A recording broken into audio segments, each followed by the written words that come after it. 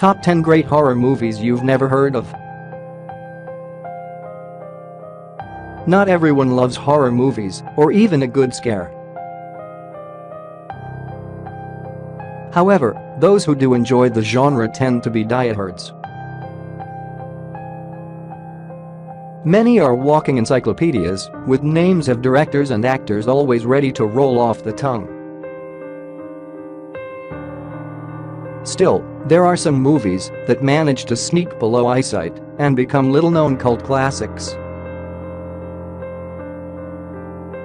The following 10 films are true gems of cinematic horror that don't get as much recognition as they deserve.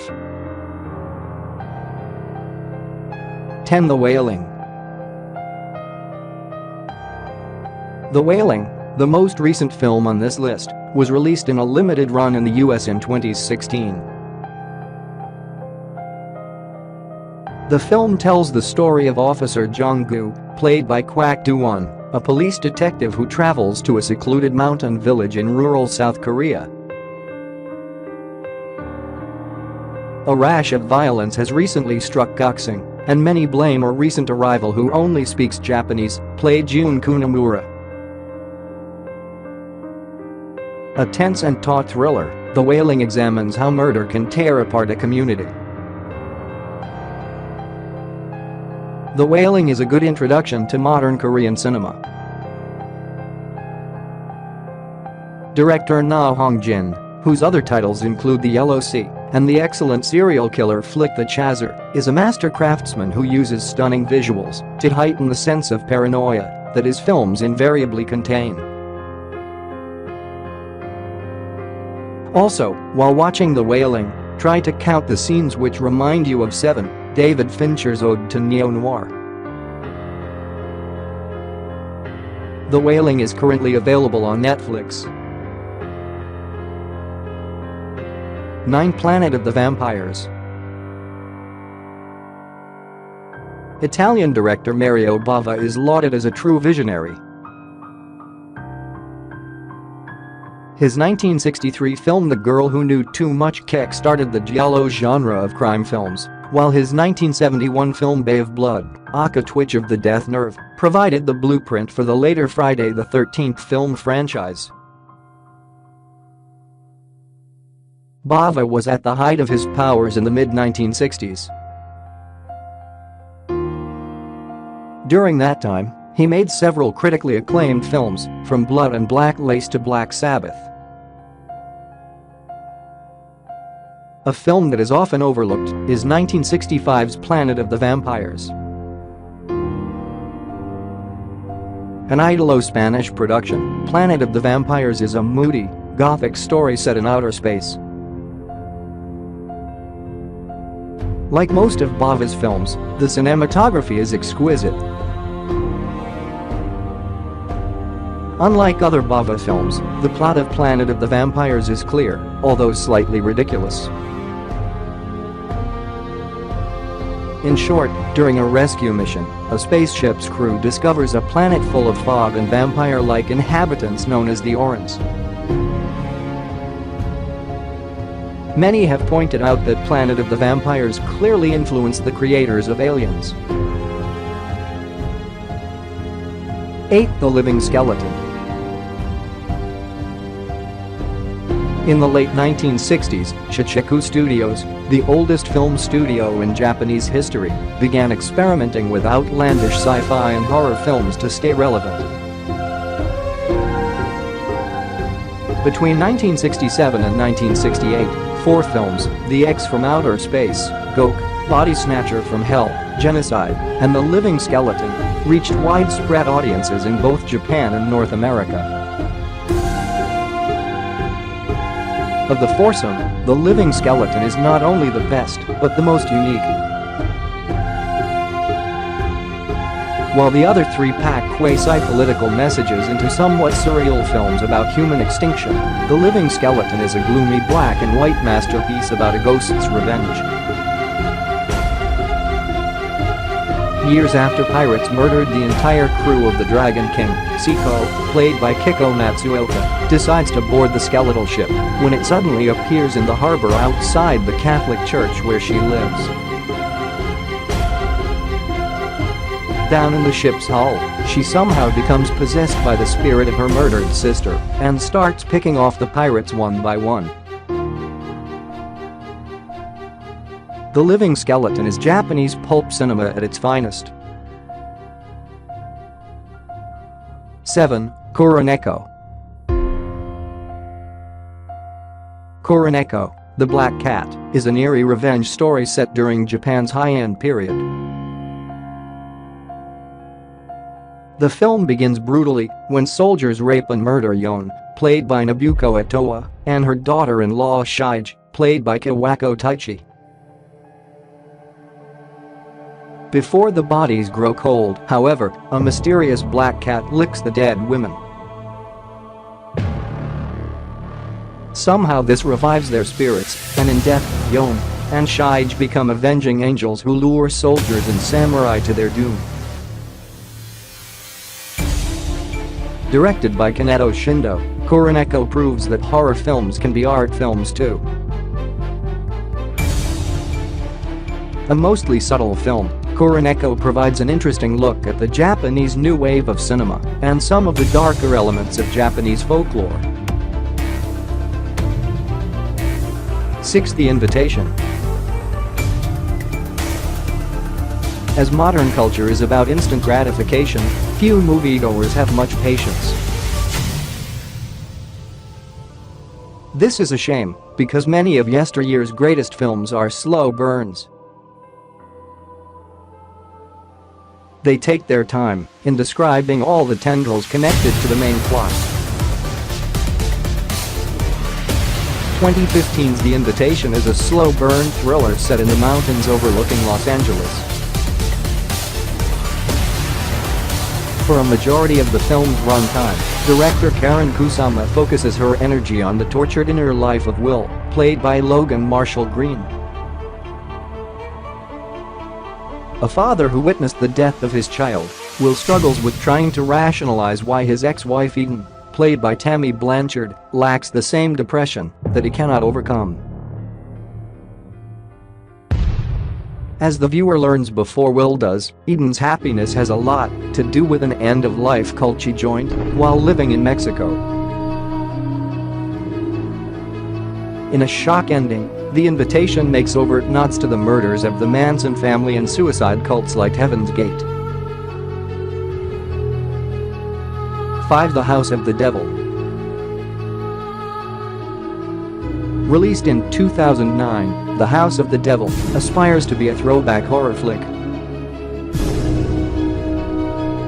Everything from its coloring to the use of opening credits screams 1980s. However, one shouldn't be fooled into thinking that director T. West's movie is just a cheesy, John Carpenter-esque knockoff. The House of the Devil is a creepy slow burn that places emphasis on building dread and isolation. Set on a deserted college campus in Connecticut, The House of the Devil follows Samantha, played by Jocelyn Donahue, a student who takes a house-sitting job to make money to pay for a deposit on a new apartment. Unfortunately for Samantha, her night in the secluded house coincides with a lunar eclipse. As for the homeowners, they're far from normal. Akin to the satanic panic of the 1980s, The House of the Devil effectively uses silence to increase terror. 4. Torso. As already mentioned, the giallo genre is native to Italy. Giallo, which has its roots in the pulp paperback industry before World War II, saw its apex during the 1970s. Most giallo films are sordid, sleazy affairs about lust murderers in ski masks and black gloves. Every giallo film attempts to show the salacious side of life, from small-town depravity in 1972's Don't Torture a Duckling to underage prostitution and illegal abortions in 1974's What Have They Done to Your Daughters?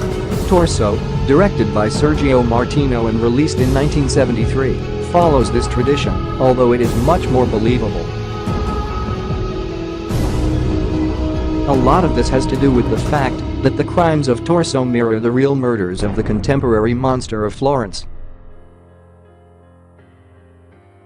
At one point, the film's killer targets a couple having sex in a parked car. This is exactly how the real murderer operated. Similarly, the film's action takes place in Perugia, an Umbrian college town not far from Florence. For interested viewers, pay close attention to the brilliant sequence involving a woman who tries to free herself from a locked room just above the killer. 3. Prince of Darkness. Although it was not John Carpenter's first movie, 1978's Halloween cemented his place as a brilliant horror director. Later films, such as 1980's The Fog, 1981's Escape from New York, and 1988's They Live, only served to heighten widespread appreciation for Carpenter's skills as both a director and musician. One Carpenter film that is consistently overlooked is 1987's Prince of Darkness. Released almost a full decade before In the Mouth of Madness, Prince of Darkness is Carpenter's first foray into Lovecraftian horror. Set in Los Angeles, Prince of Darkness involves a team of researchers who are hired to study a strange canister that had been protected for centuries by a reclusive Catholic order. As it turns out, the canister's contents hold the key to summoning the anti-god, an ancient deity worshipped on Earth before the coming of the biblical Jehovah. This sets in motion the apocalypse, which may or may not come to pass. Without a doubt, Prince of Darkness is Carpenter's most unsettling film. 2. The Black Coat's Daughter. When it was released in 2015, The Black Coat's Daughter made little waves in North America. Unless you happen to live in a big city, it's likely that you missed its limited run. The Black Coat's Daughter is a disturbing indie horror film set during a harsh winter in upstate New York. During winter recess, 2 girls, the senior Rose, played by Lucy Boynton, and the odd freshman Kat, played by Kieran Shipka, spend the weekend alone in their dorms while they wait for their parents to arrive. The outgoing Rose hates the fact that she's been assigned to watch over Kat. As for Kat, she is knee-deep in demonic possession. Told between flashbacks and a second storyline set years later, The Black Coat's Daughter contains all the paranoia of a locked room mystery with the unending tension of a possession movie. Add in the spice of ritual murder, and you have a recipe for a great horror film. Be forewarned, this film is currently hard to find.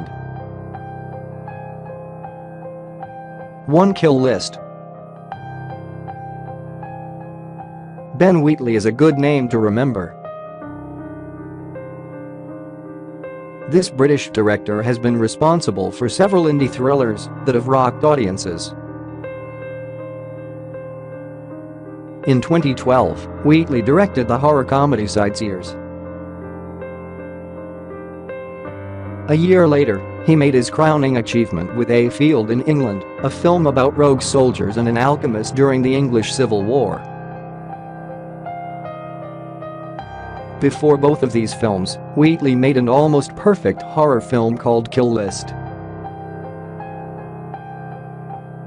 An ode to the rural horror films made in Britain during the early 1970s, Kill List involves two hit men, one Irish and one English, who are hired by an unnamed client to knock off several individuals. Once the killings begin, the hitman Jay, played by Neil Maskell, begins to notice something strange. Namely, all the victims, from a pedophile to a disarmingly friendly priest, greet their killers warmly right before their executions. They welcome death because, as the hitmen find out, rural England is ruled by a death cult. Kill List couples the esotericism of the Wicker Man with all the melodrama of a failed marriage.